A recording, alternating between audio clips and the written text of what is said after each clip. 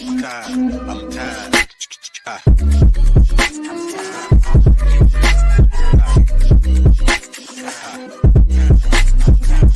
The Late Morning Program with Nam Ras Podcast.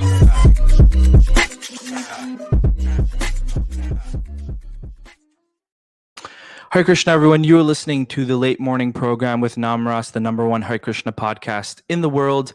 I am very honored here to have His Holiness Bhakti Vijnana Goswami. Maharaj, thank you so much for joining me. Thank you. I'm very happy.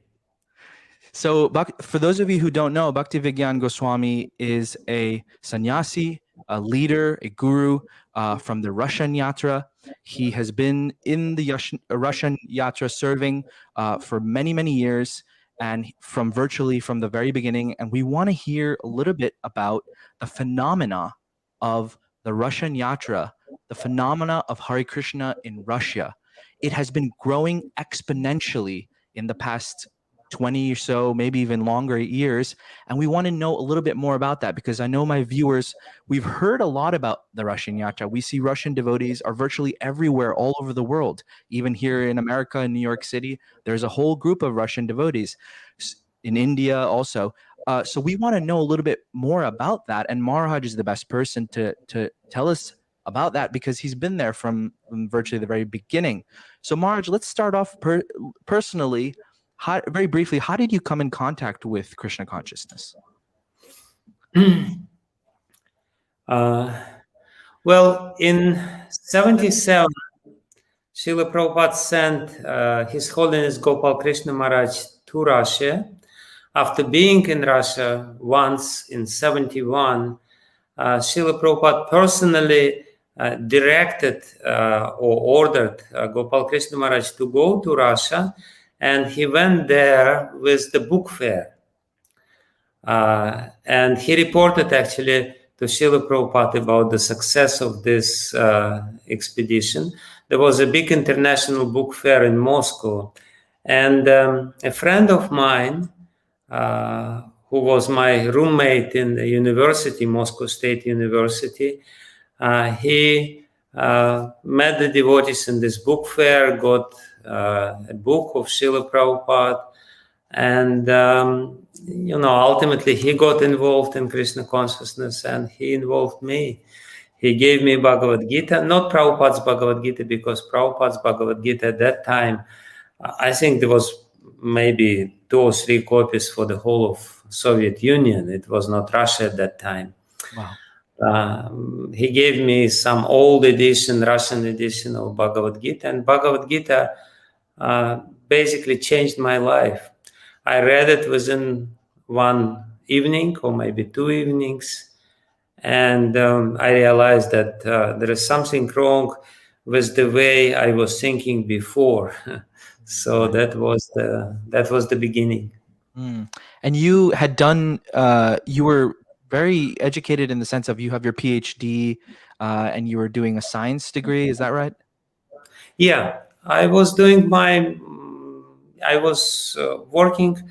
I graduated from a chemical department of Moscow State University, and I was working in the Institute of Molecular Biology of the Academy of Science, Russian Academy of Science, studying the molecular structure of chromosomes, how the DNA with the proteins interact, and how the DNA is so compacted within the chromosomes, because DNA is a huge molecule which is compacted into the cell, and how still, despite of this very compact structure, it's available and the information is being read by the proteins, so on and so forth. So that was my educational background. Right. So I understand that the Russian yatra, even when I was a kid, like I grew up in the 90s, I remember Harikesa Swami and his group, they were very much like, they were all over Europe as well, heavy book distribution, and in Russia, Soviet Union. Tell us a little bit about what part did you play in those times, kind of in the 90s? I started chanting Hare Krishna mantra in 1980. I practically from the beginning, I started chanting my 16 rounds or more. At that time, it was a heavy period of persecution. Russian devotees were really persecuted by the state. Right. I believe it was in 1983 or 84, the KGB chief or deputy KGB chief published an article, and he listed the three major threats to to Soviet Union, to communist ideology of Soviet Union, and Hare Krishna was among these three major threats. Wow. The first one was rock music. Another one, I believe, was, I don't know, consumerism or something like this. And the third one was Hare Krishna. Wow. So, the communist regime at that time was very alarmed by the spread of Hare Krishna movement in Russia. Even though it was totally underground, there was just a handful of devotees, but nevertheless, they were very enthusiastic. They were printing Prabhupada's books illegally, distributing Prabhupada's books. And they were so alarmed that they created the separate department in the KGB just to deal with Hare Krishna movement. Wow. And I got involved by that time with Hare Krishna movement, and ultimately I got involved involuntarily with the secret police of Russia, which is called KGB. So that's why I had to leave Russia, leave the Soviet Union in 1987, I believe. And I went to Sweden. Kirtiraj Prabhu, who was at that time the GBC GBC secretary for Russia and the whole Eastern Bloc, he arranged my, by some trick, he arranged me out of Russia. Wow. He sent some lady devotee, and there was some paper marriage between one Swedish girl and myself. And how long did you stay in Sweden for? I was staying in Sweden in 94, and my main service at that time, I was mostly in Korsnäs Guard in New Radakund. And my main service was to translate Srila Prabhupada's books into Russian, or edit some rough Russian translation, which was done in Russia. So, and also help some other languages of the former Soviet Union or Soviet Union to arrange their translation into their languages. So I was there, and I was heading this Russian department in North European BBT. Mm-hmm.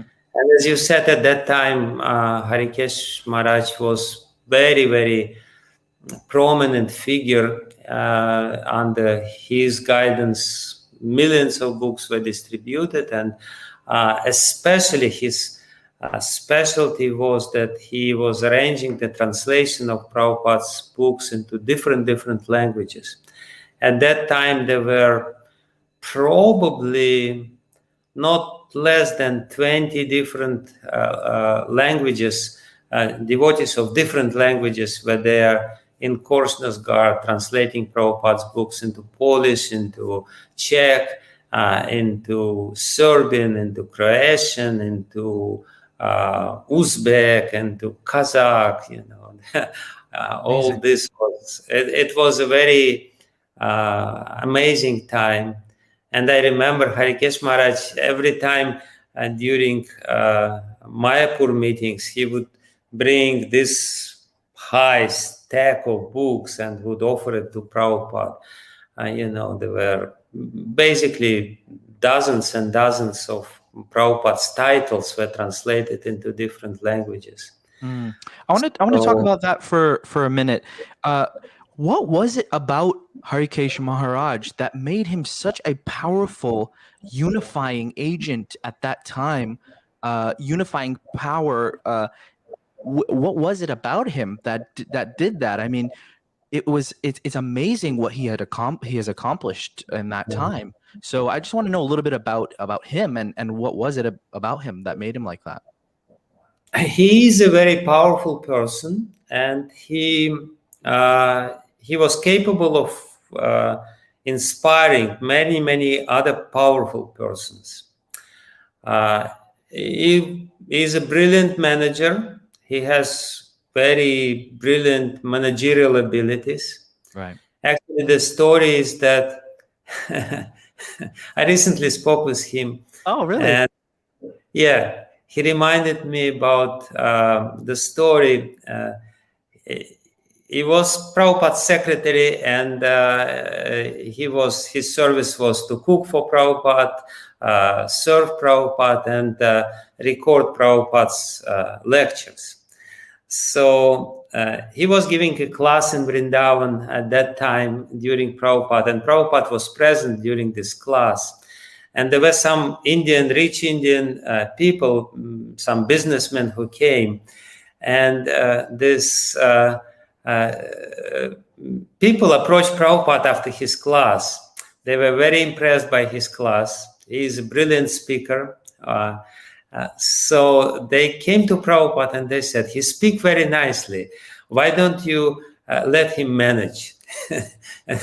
Harikesa Maharaj said, I don't know what is the relationship between speaking and managing, but in his case, definitely there was. So Prabhupada made him GBC member and BBT trustee at the same time. Appointed him as the BBT trustee, and definitely BBT work was very dear to his heart because he has been recording Prabhupada's spoken words and transcribing Prabhupada's dictation of his translations for years by that time.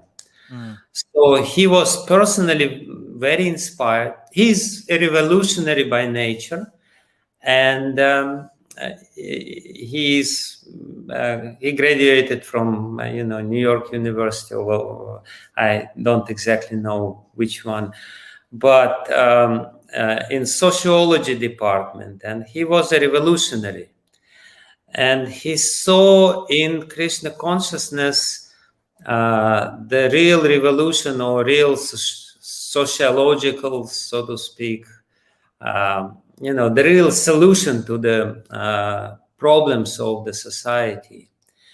So he was very much inspired by Prabhupada's books and by disseminating Prabhupada's message into this, in his zone, so to speak. So he was inspiring many very powerful leaders powerful devotees to distribute books.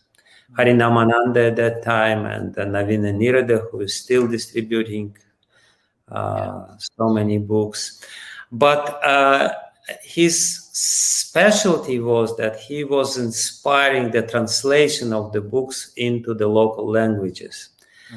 And for that, the whole Department of North European BBT was created in this Korsnäsgård, Sweden, which is still very active and very powerful branch of the BBT. But at that time, it was amazing. The atmosphere there was very amazing, because every now and then, there was a custom in North European BBT that when the particular language would come to Chaitanya Charitamrita, to translate Chaitanya Charitamrita, there was marathon.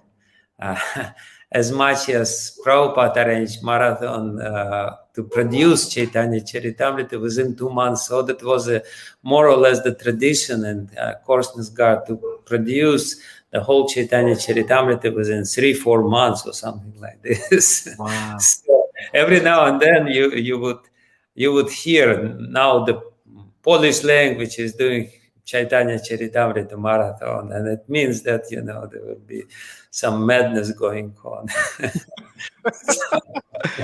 Amazing. Wow. Yeah, it's really interesting to hear about him, because what we do mostly hear about is what happened after he left, and the confusion of everyone, but we never really hear what was it about his personality that made him so empowered and so powerful when it came to spreading Krishna consciousness.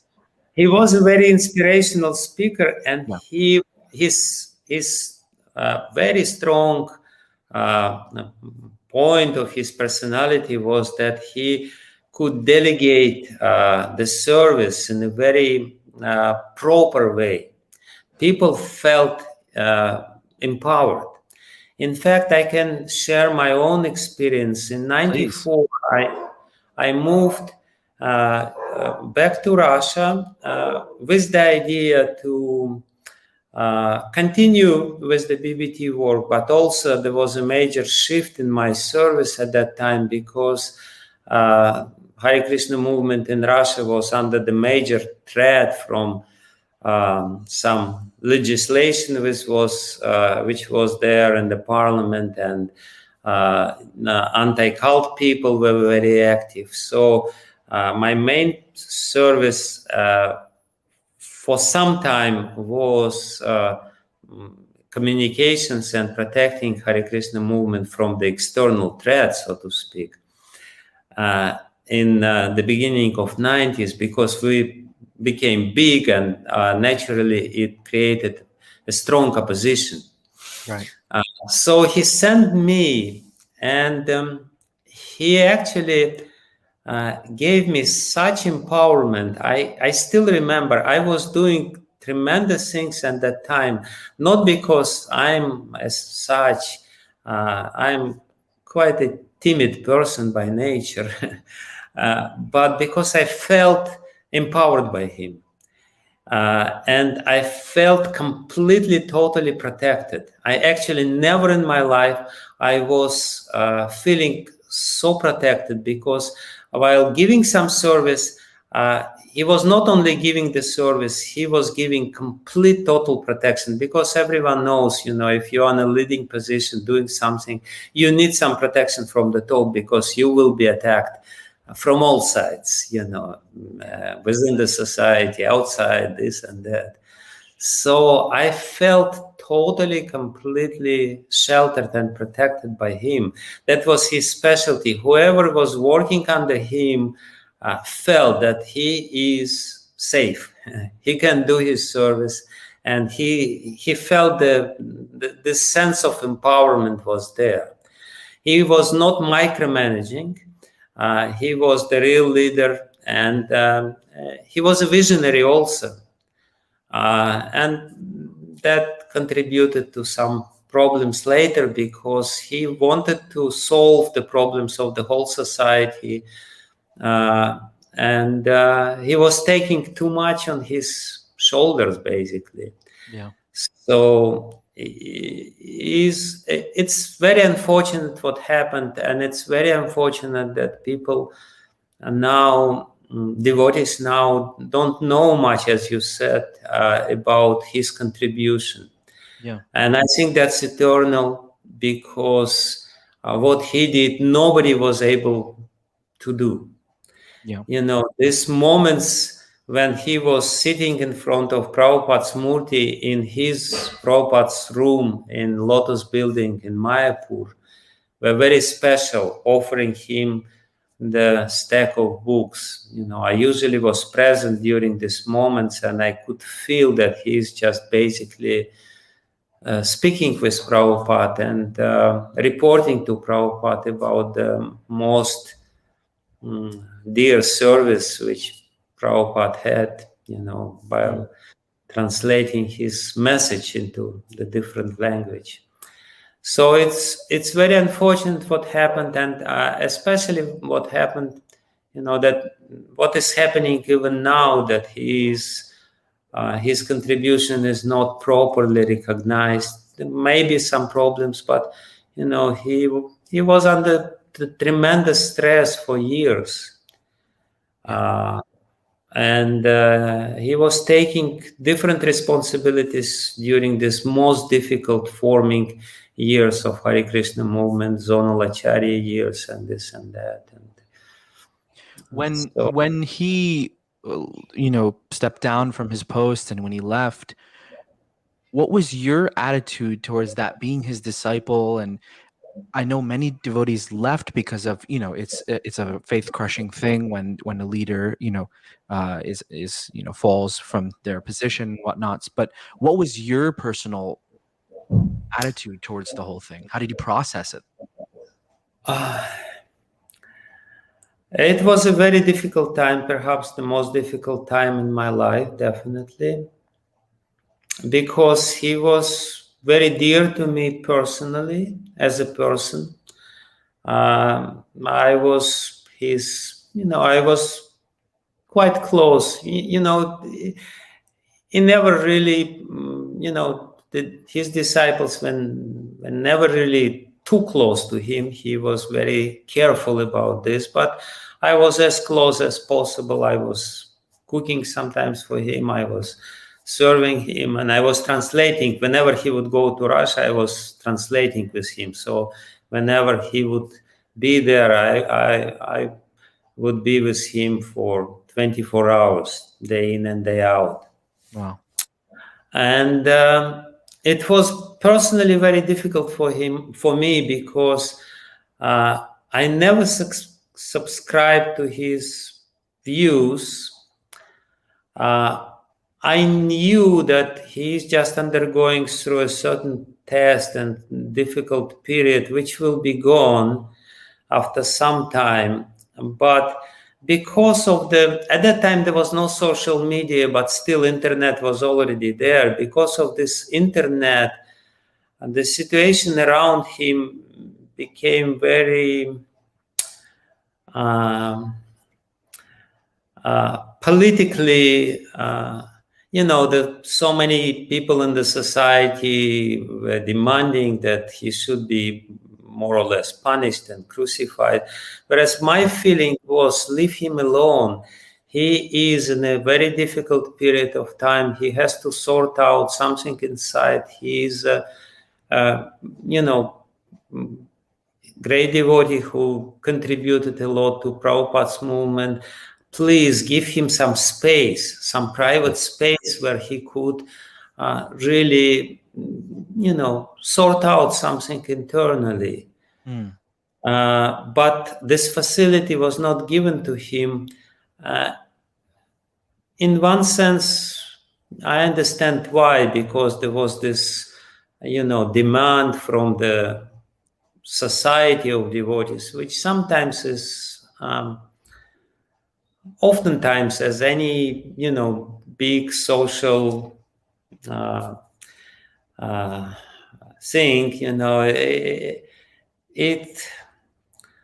it's not always rational what is going on in the societies. So and the leaders of the movement, the GBC, were under this tremendous pressure, and instead of giving him some space and protecting him, there was this very heavy sort of resolution. Understandable under the social pressure which GBC was, but it was not fair in many regards, and that created a trauma to him.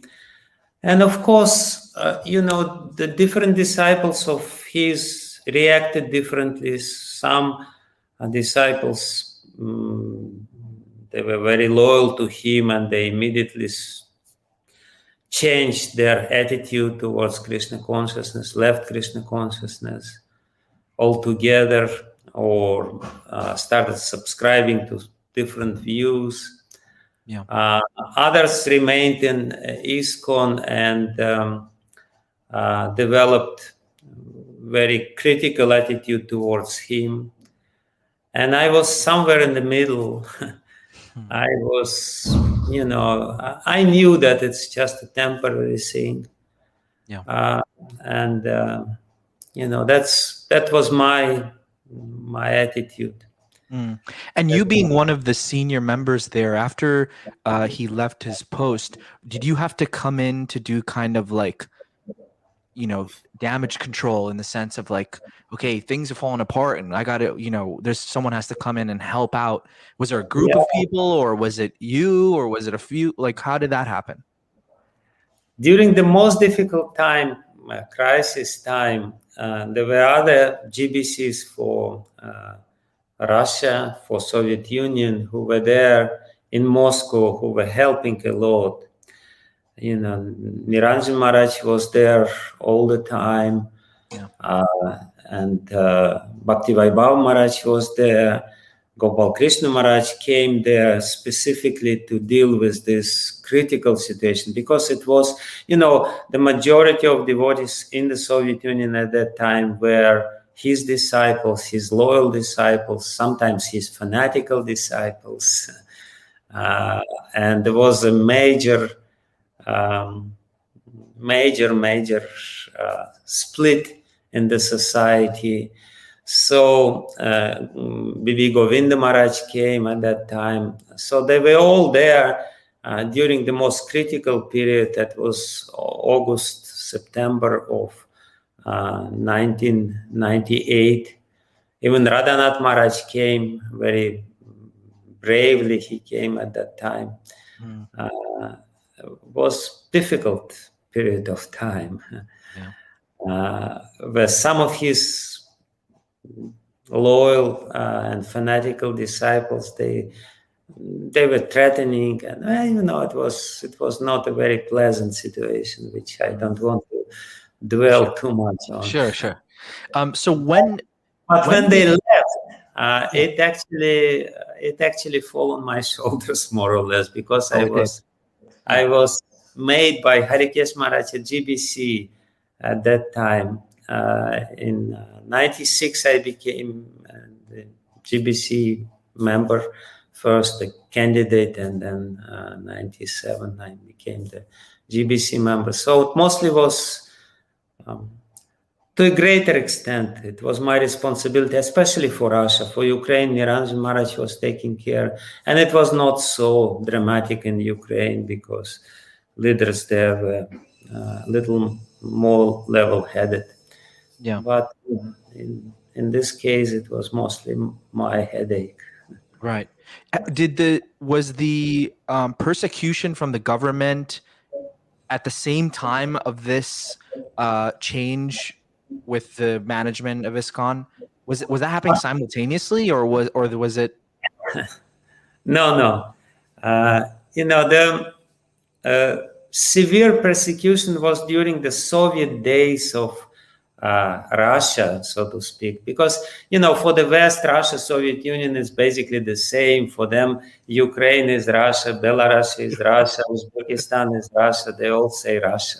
Right. But Russia is a different entity. It's a different, separate country. And in 1991, I believe, the Soviet Union fell apart. Unfortunately, I must say.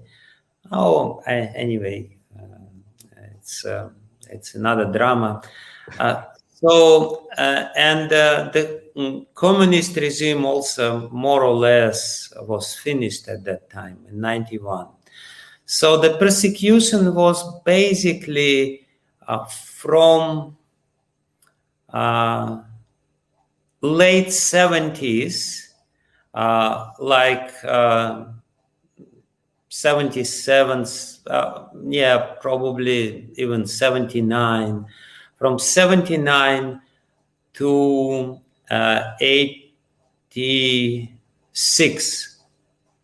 because in 86 Gorbachev started his perestroika, and the regime was much more soft and not so oppressive, and the communist ideology became different. So due to the Gorbachev's influence, till probably 87, 88, it was the difficult time. And I highly recommend to you to invite Kirtiraj Prabhu as a guest to your show and ask him about this period of time. Yeah. So, but in 88, the Russian society, Soviet Hare Krishna movement was officially registered in the Soviet Union. Okay. And after the long procedure, it was actually the first religious organization officially registered in the Soviet Union after the Second World War. Wow. Because the government didn't want to register any new religious organizations. So we had the privilege of being the first religious organization registered officially, recognized officially by the government in 1988. And so the threat from the government was different at that time. There was just pressure. It was not such a threat, but it was a difficult situation. Yeah, it was going on simultaneously. External situation was not, has never been actually very peachy and rosy. Right. But the internal situation became very intense. So it was it was quite mad. Yeah. So 1998 was when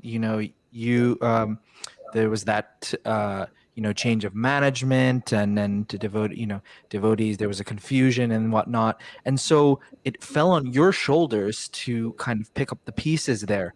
So what did you do to keep people inspired, keep things together? I don't know how many temples there were, how many devotees were there, and what was like the situation at the time? It's difficult for me to say for the whole Russia, because I was mostly in Moscow, and Moscow was the most, most important center, and still most important place for the whole Russia, because Moscow is the place where everything happening. Yeah. So the temple was deserted. All of a sudden, we had, the temple room packed, and all of a sudden it was empty. The temple room was packed practically every Mangalarati. We had at least in Moscow temple at that time, we had at least 100 devotees for every Mangalarati, and then from 100 devotees we went to 3, something like this.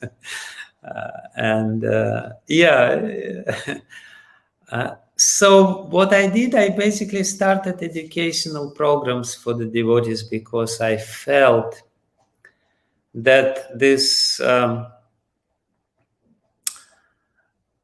somewhat irrational reaction, or this dramatic situation, emotionally understandable, but the dramatic situation showed that devotees were not very established in their philosophical views. Right. They didn't have deep roots in the philosophy of Krishna consciousness, and that's why they were swayed by some propaganda of some emotional propaganda. Of course, Russian people are generally emotional, and that's why they're easily swayed one way or another. They're like Indians in this regard. They're quite emotional. Similarities. There's a lot of similarities. definitely a lot of similarities. Once Bhaktivedanta Purna Maharaj said that there is, Russian people, the Western people, they are gross and rational. Russian people, they are gross and emotional. And Indian people, they are emotional and subtle.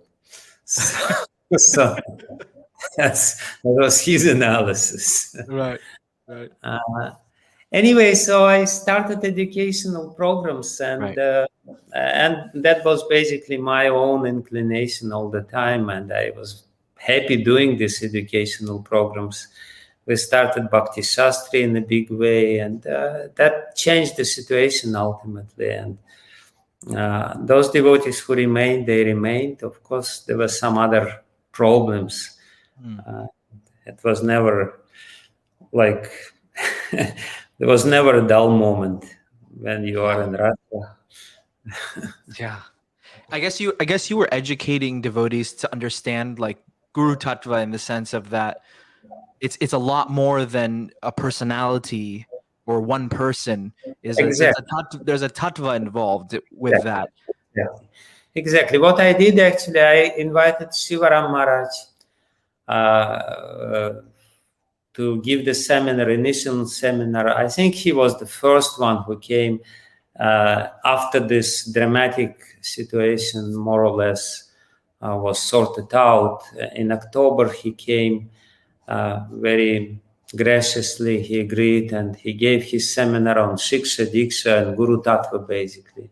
Right. And it was very helpful, and it created some sanity for many devotees.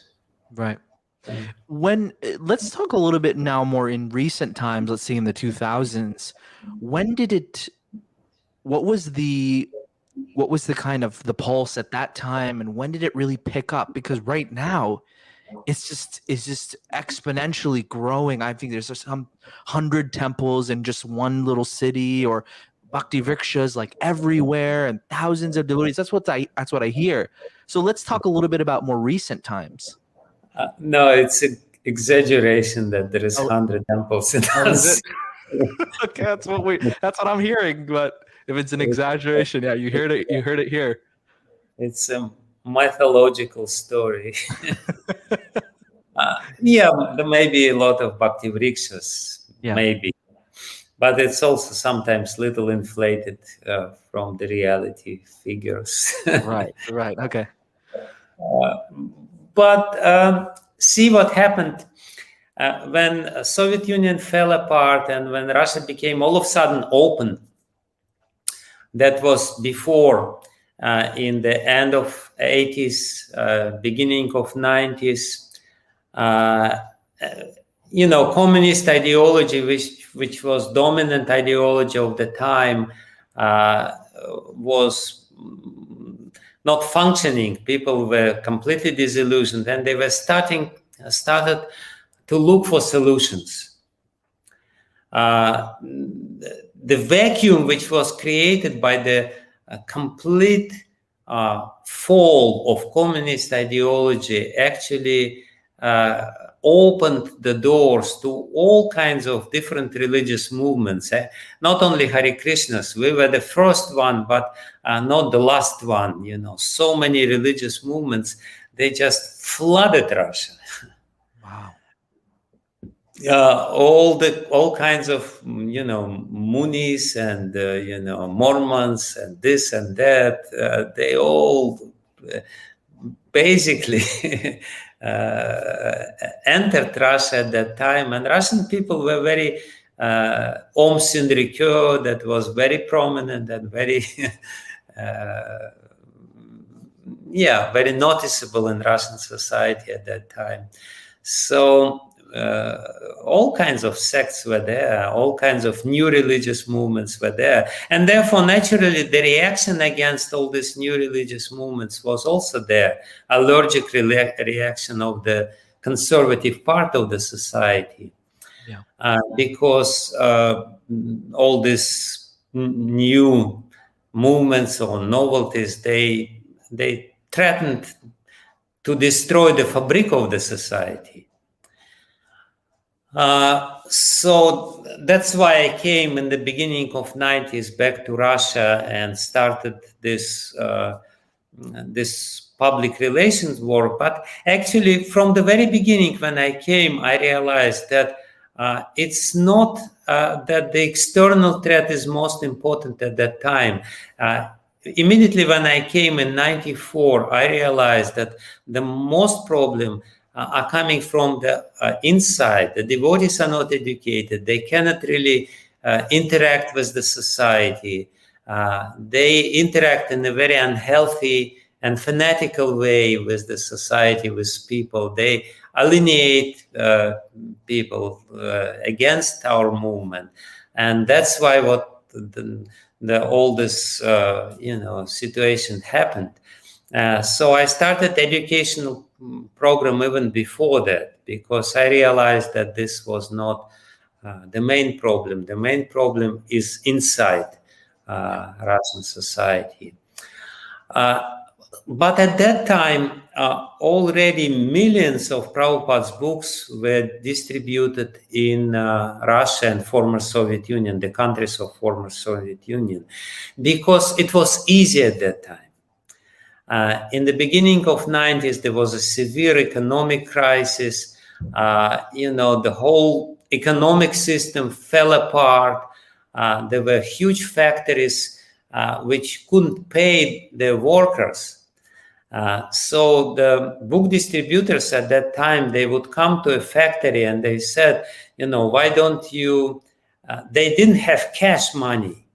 They only had money in the banks, but they didn't have cash money. So they couldn't pay the workers their salaries. So the book distributors, they used this situation. They came and they would say to the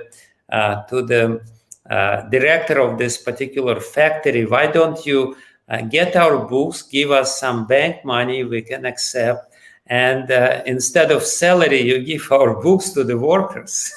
So it was not unusual that one book distributor would distribute, 20,000 books within one day, something like this. Because he would subscribe the whole factory or the whole, mine, charcoal mine or something like this. They would go to some remote places and subscribe people. So there were millions of Prabhupada's books, literally. Actually, in the beginning, Harikesa Maharaj and North European BBT, they donated 150,000 Prabhupada's books. It was early in 1988 when the society was officially registered. So from this 80,000 books printed in Germany and exported into Russia, the whole book distribution saga story started. And because so many people already had the books, even though the problem which was created in 1998 was severe, but still the preaching was going on. New people would come because they were reading Prabhupada's books. At that time, actually, the outreach preachers started their preaching work. Mm-hmm. We have one of the reasons why Krishna consciousness is spreading so widely in Russia and the countries of the Russian-speaking world, let's say. Yeah, it's that there are many outreach preachers, very powerful and dynamic preachers who preach Krishna consciousness in somewhat indirect way by preaching some Ayurveda, yoga, this and that. But ultimately speaking about Bhagavad Gita and distributing Prabhupada's books, and that's why so many people join the society. So Prabhupada is preaching, his books are preaching, his followers are preaching, and that's why the movement is flourishing. That's one cause. Another cause is, of course, the special mentality of Russian-speaking people. Right. As we said, that there is some similarities between Indians and Russian-speaking people, and I think it has a lot to do with the language itself, because we see this phenomenon which you already mentioned, that Russian people join not only in Russia. They join in America, they join in Germany, they join in England, they join in, I don't know, in Finland, they join all over the place. Yeah. It's and it's not Russians, of course, for Westerners or for all these Western people, they're all Russians, but it's Russian-speaking people. It's Ukrainians, Belarusians, it's Lithuanians, Latvians. They also join. The Baltic republics. They're different. The people are different there, but still, Krishna consciousness is very prominent. For example, in Lithuania, there is, so many devotees in Lithuania. Krishna consciousness is so much recognized by the society there, and I think, to a certain extent, the mystery is hidden within the mystery of the language, because the language creates the mentality, and mentality creates the, how you view the world, the cognitive, the perception of the world. Your world view, more or less, is formed by your language. And the Russian language is very close to Sanskrit language. It's much more close to Sanskrit than, for example, Hindi or even Bengali. The linguistic structure of Hindi is very simple. It's simplified, or Bengali language. It's very simple languages in one sense. Of course, there is a lot of Sanskrit words within Hindi language and Bengali language. It's basically Sanskrit lexicon, so to speak. But structurally, grammatically, Russian language is much closer to Sanskrit than, for example, Hindi. When you say that the language creates that worldview, what do you mean by that? Could you give like an example? Oh, simple,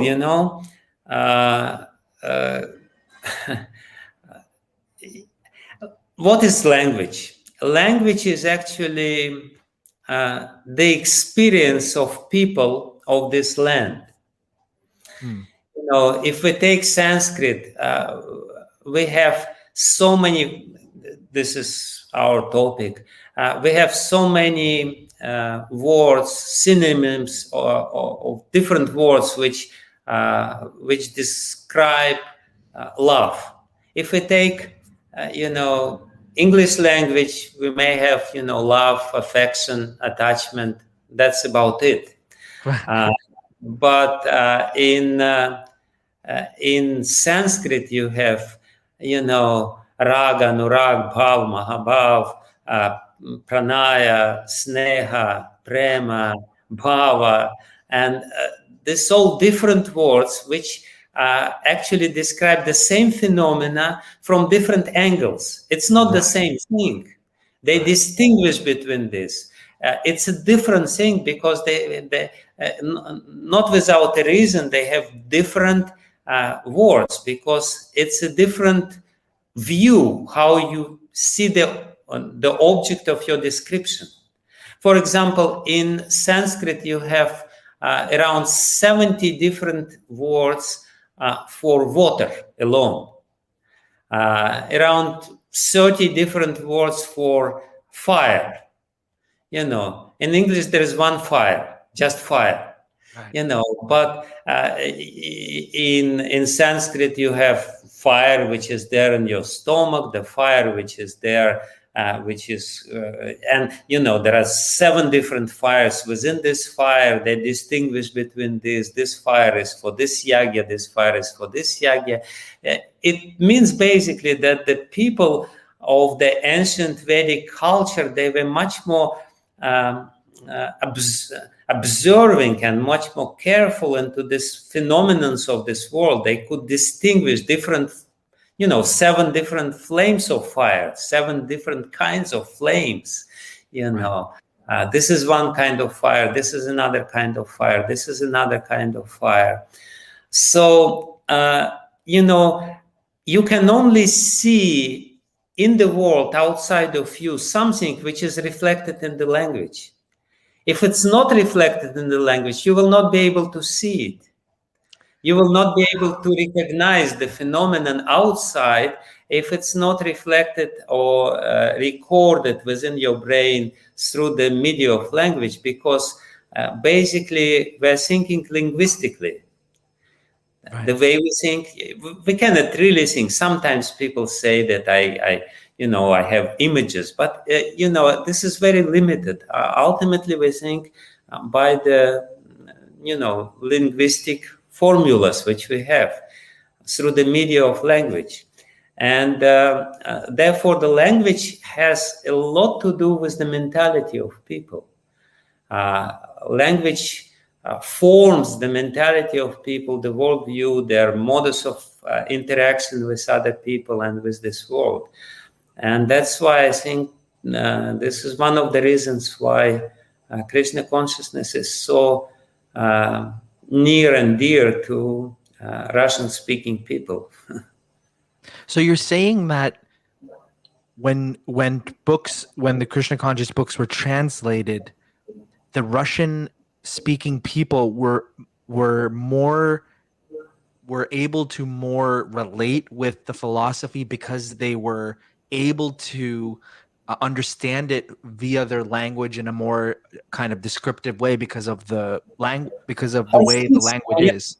I think so, because see, what is bhakti? Bhakti is basically an emotional approach to the world. You know, ultimately, according to our tradition, what is the spiritual world? The spiritual world is called Bhava Jagat.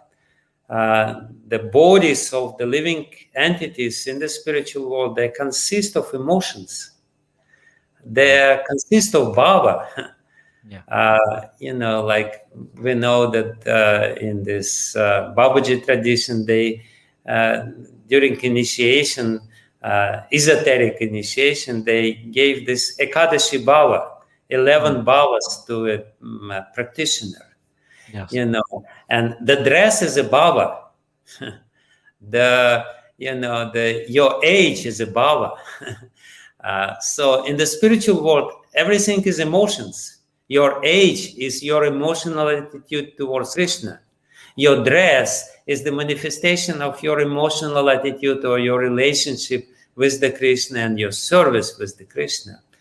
So basically, bhakti is all about cultivating the emotions or refining the emotions, transiting from gross material emotions to the subtle or transcendental spiritual emotions of the spiritual world. You know, refining the emotions and bringing the emotions, you know, and serving Krishna with the emotions. You know, this is the most important and most glorious service, because this is what is going on in the spiritual world. And the Russian language, which is not so rational, you know, I will tell you a little anecdote about Niranjan Maharaj. Niranjan Maharaj is a very, you know, prominent preacher and a glorious devotee who preaches in Russian-speaking hemisphere of the world for many, many years. He was one of the first preachers who came to the Soviet Union and bravely stayed during difficult situations. So many times he tried to learn Russian language. Really? I did not know that. He understands some Russian, but it was very difficult. And he he told me actually a little story which blew his mind. He said he was reading some handbook or textbook about Russian language in one of his attempts to learn Russian. And the introduction in the introduction to this handbook of Russian language, it was said that the beauty of the language is defined by the number of exceptions from the rules in the language. And then it was said Russian is a very beautiful language. And that's why he just couldn't, foreigners have a hard time to learn Russian because there's no rules. It's only exceptions to the rules. And that definitely creates a mentality of Russian people. The Russian people are, it's very difficult for them to follow the rules. Russian people are very mystical people because they think that being mystical, they're exempt from following the rules, people who speak English, and because I speak somewhat English, my English is not good, but still I speak some language. English is great. I have a mixed mentality. But Russian people who don't speak other languages, they have a very peculiar mentality, which makes them perhaps not very disciplined people, but very emotionally driven people who are emotionally, they base their existence upon the strong foundation of their emotions. And this is actually what, if you read Dostoevsky, you can see, people in the West, they're very much, they for them, Russian literature is basically Dostoevsky. And what is Dostoevsky? He describes all these wild emotions which are going on. And for Western people, it's such a peculiarity to see all these descriptions which he's giving in his novels. Anyway, so I think this is at least one explanation. It's my explanation is that. Yeah. And see, very interesting. Another example about talking about the connection between the mentality and the language. In English, there is passive voice and there is active voice. But the passive voice plays very insignificant role in the English. In fact, if you type something, if you compose something in English and there is too many passive constructions in your composition, your word processor will point out, and the word will say that there is something, there is a mistake, make it active. Instead of saying it was done by me, say I did it. So basically, and this is very much reflected in the mentality of English people. They're the doers. They are the controllers. That's why British people, they conquered over practically the whole world, because the tendency to do something, to achieve something, to control something is very strong. American people are the same, and it's very much connected with this active verb system in English. If you take Sanskrit, in Sanskrit, it's much more stylish to write with passive construction, in passive voice. passive voice is much more, it's a better style in Sanskrit if you have more passive voice, because we know that we're not the doers ultimately. That according to the philosophy, we're not the doers. Ahankara vimudatma kartaham iti manyate, only the fools think that I am the doer. Right. They know that there is the whole reality is much more complex, and it's not only me who is doing something. There is also Krishna and this and that, and that's why the passive constructions are also prominent in Sanskrit, or so prominent in Sanskrit, and so recommended by the style of the language. What is Russia? In Russia, passive constructions are also extremely prominent in the language, but also passive construction, the very name for passive voice in Russian language is stradательный залог, which literally means the suffering voice. Russian people, because the situation is quite oppressive, traditionally, historically, it's a very oppressive thing. The mentality reflected into the language of Russian-speaking people is that Russian people are usually very, they have tolerance within their blood. They can tolerate much more difficulties than the other people, and it's reflected in the language. And we all know, Trinada Pisunichina Tarora Pisahishnuna. This is also sort of mentality conducive for practicing Krishna consciousness. So this kind of tolerance to the external difficulties is within the mentality of Russian-speaking people. They are much more tolerant when it comes to endure the difficult situations in the life. Right. So that's going back to the language. When there was translation of Srila Prabhupada's books, you said, there's different angles to look at certain words. So was it more difficult to translate the books because there's for one word in English you could use different words in Russian? So how did that happen? Yeah, it is translation. It's always an interpretation, because you cannot just really translate literally. You cannot just put one word mechanically, Right. because it will not make any sense. You have to translate the meaning.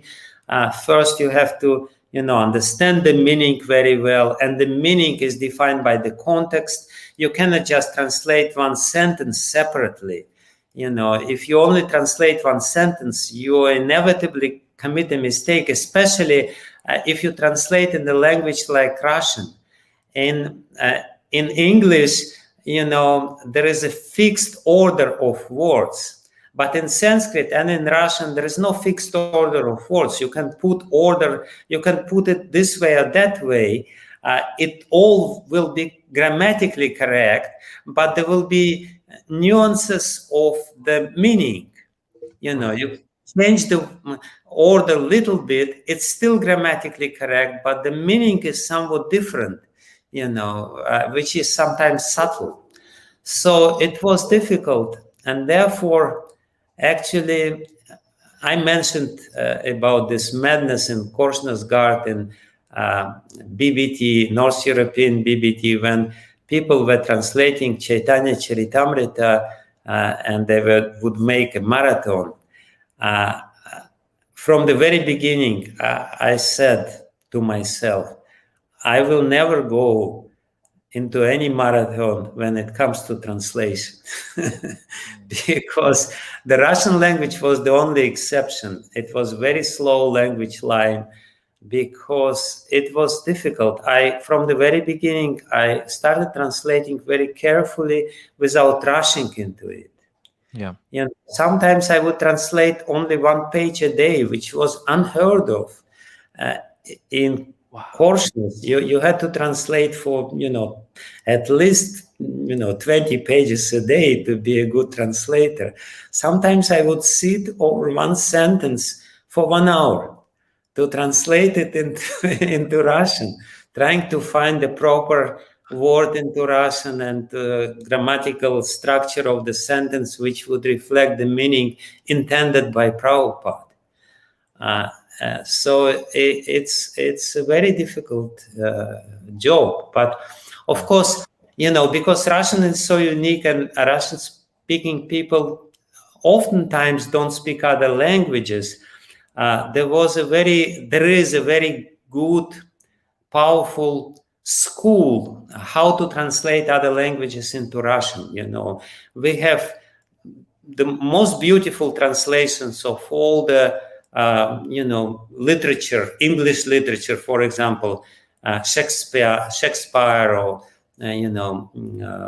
Salinger, for example, or Hemingway. They're beautifully translated into Russian, expertly translated into Russian.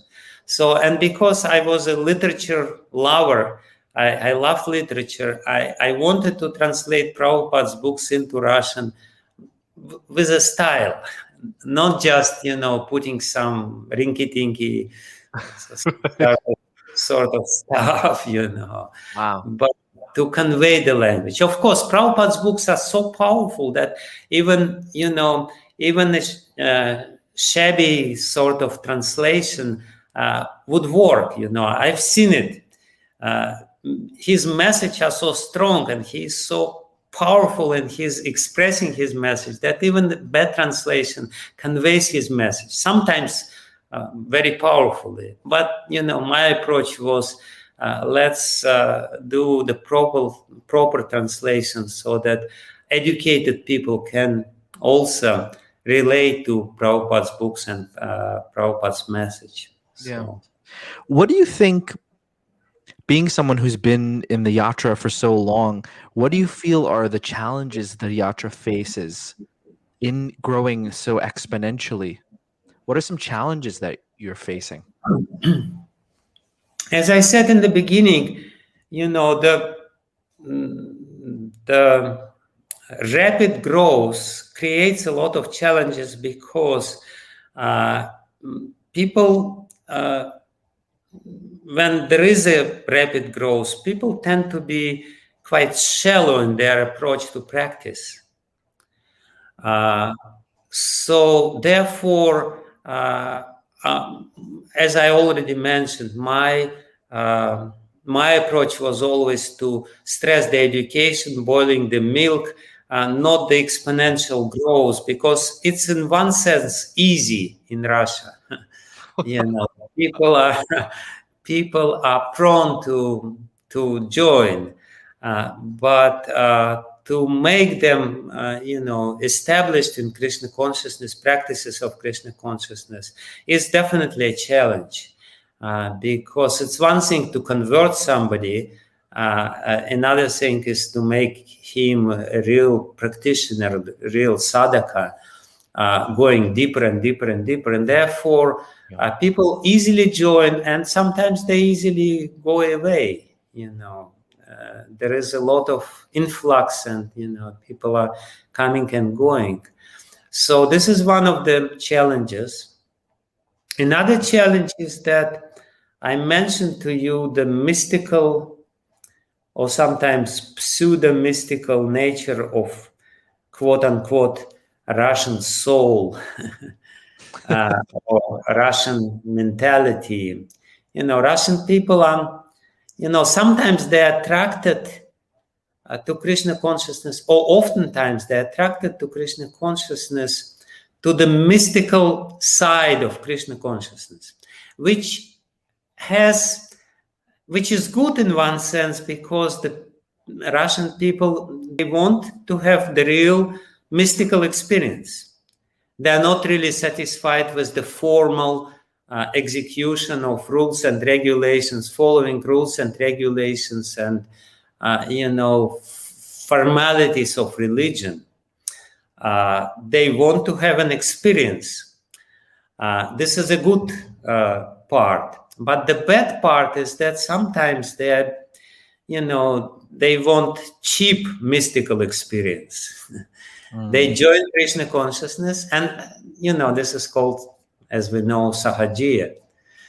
Recently, I heard a joke which Bhakti Vikash Maharaj mentioned. He said that when he first visited Russia together with Prabhu Vishnu Maharaj at that time, they experienced Russian devotees for the first time.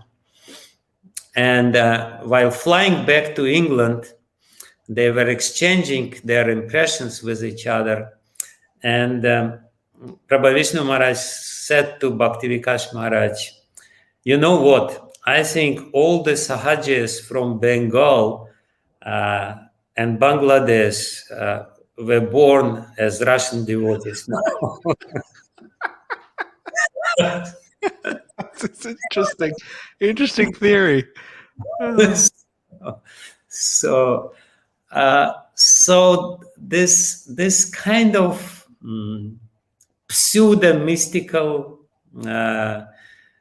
liking, like cheap sort of mystical approach, when people start imagining something and actually relating to their imagination as real spiritual experience, is another challenge, special challenge. And of course, I already mentioned the external challenges, because the Russian society in general tend to be more conservative than the West. And in this conservative society, our exotic religious movement may not be so much welcome. So that's another challenge we may have. What do you think the rest of ISKCON can learn from the Russian yatra? In the way it's growing and the way it's churning out devotees, there's something to learn there, I think, from the rest of the world. I don't think we can fully say that, it's just the, I mean, I know you didn't say this, but it's just a language and that's why, but there's other things that maybe we can learn.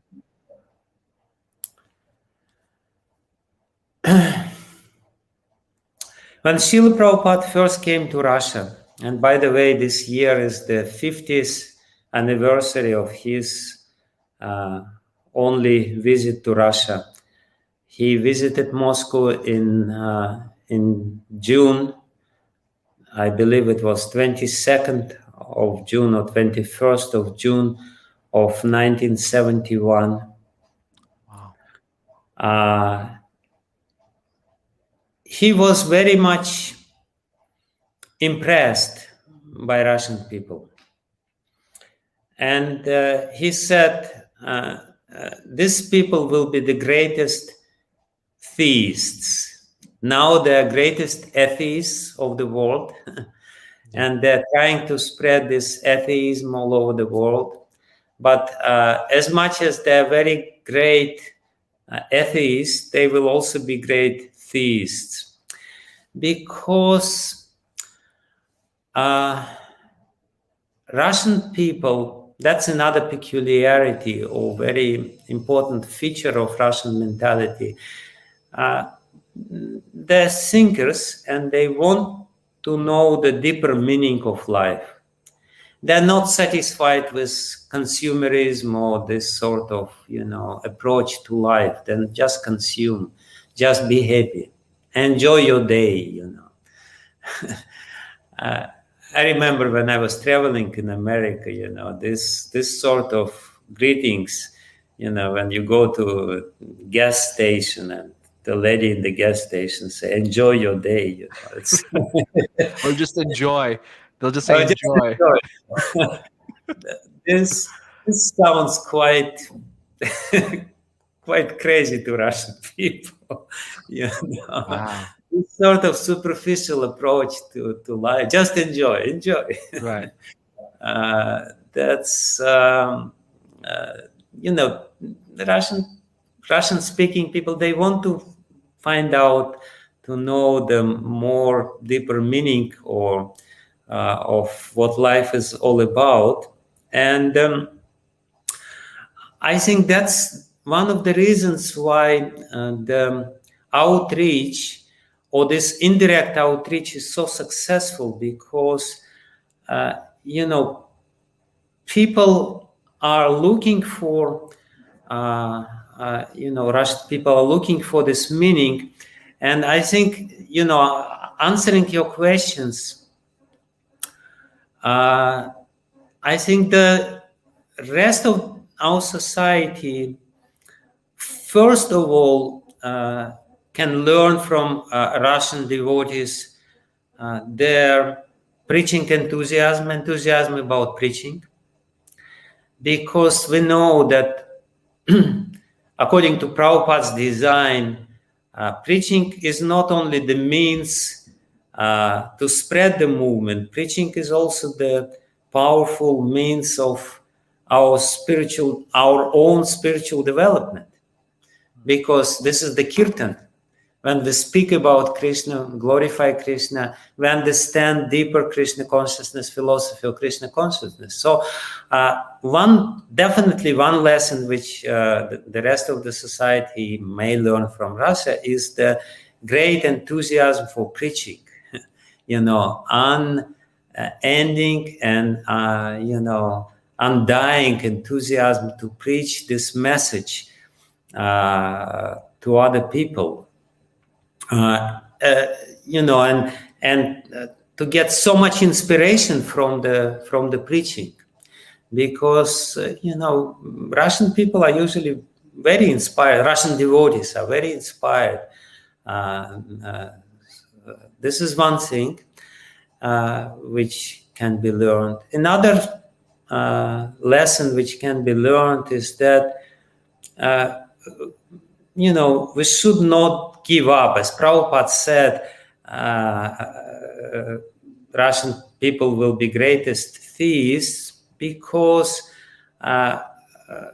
Russian people and Russian devotees, they are stubborn. You know, if they want to go somewhere, they go somewhere. they want to go there. They don't give up despite all the difficulties. They just, you know, if we do something, let's do it, and let's find out what is there. So this determination is another lesson, good lesson. In fact, in the 80s, when the whole ISKCON was experiencing a lot of troubles because of the, you know, zonal acharya problems connected with the fall down of different prominent leaders of the society, the Russian program, which was started by Harikesa Maharaj and was gloriously led by Kirtiraj Prabhu and his wife, actually, Haripuja Devi, was such a big inspiration for the whole movement. I know it because in 87 I immigrated to Sweden, and I knew how much the whole movement was inspired by the what was happening in the Soviet Union, by the you know, the level of commitment and determination and enthusiasm which Russian devotees were ready to endure, to go to prison, to labor camps, even to die for Krishna. That was such an inspiration for the rest of the society. Yeah. You know, in comparison with it, you know, some of our modern problems can become peanuts, you know. So you don't totally. Oh my goodness. Yeah, it's like when Krishna consciousness, it becomes something that you're fighting for. Yeah. Then it's when the real growth and determination and so many wonderful qualities are created in that crucible, so to say, where there's a lot of pressure happening. Exactly. Amazing, beautiful things happen. And I think that's a lot of what's missing sometimes in the West. So, from my own perspective, we're very comfortable here in America. It's a very comfortable life. Krishna consciousness is very easy in the sense of practicing it but to really imbibe it, become a sadhaka, preach it, share it with others, fight for it. Exactly. Yeah. Amazing story of the Russian yatra. One last question, Maharaj, for you before we end. I know we're coming close to the end here. Looking towards the future, you've seen so much through the years, and now we're looking to the future, the next generation of devotees in Russia, younger devotees. What do you see? Is it hope-giving? Do you see something that concerns you? Or what is your attitude towards that? Of course, there is a lot of concern because the new generation of people, this internet generation or social media generation, they read less. They prefer, instead of reading, they prefer some audiobooks, and we all know audiobooks means you're driving somewhere and you're thinking about something, and something is speaking in your ears. Yeah.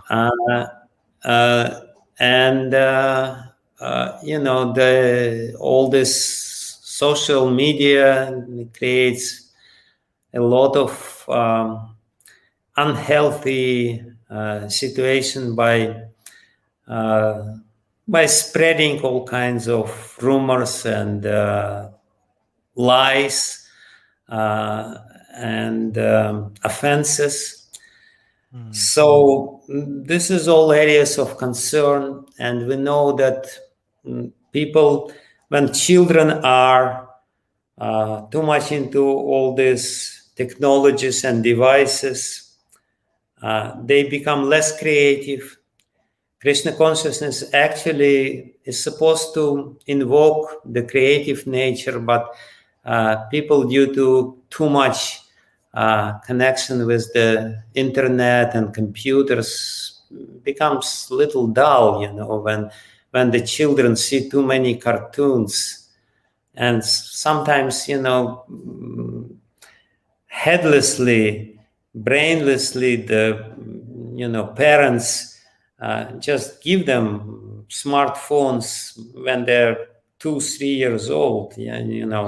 Let them have this thing. But ultimately, it makes you dull because you're not really creative in your approach to the world. So in general, that's not about the Russian, but about the new generation. What's going to happen with these people, how they will be able to take Krishna consciousness and to practice Krishna consciousness, which is a challenge in one sense.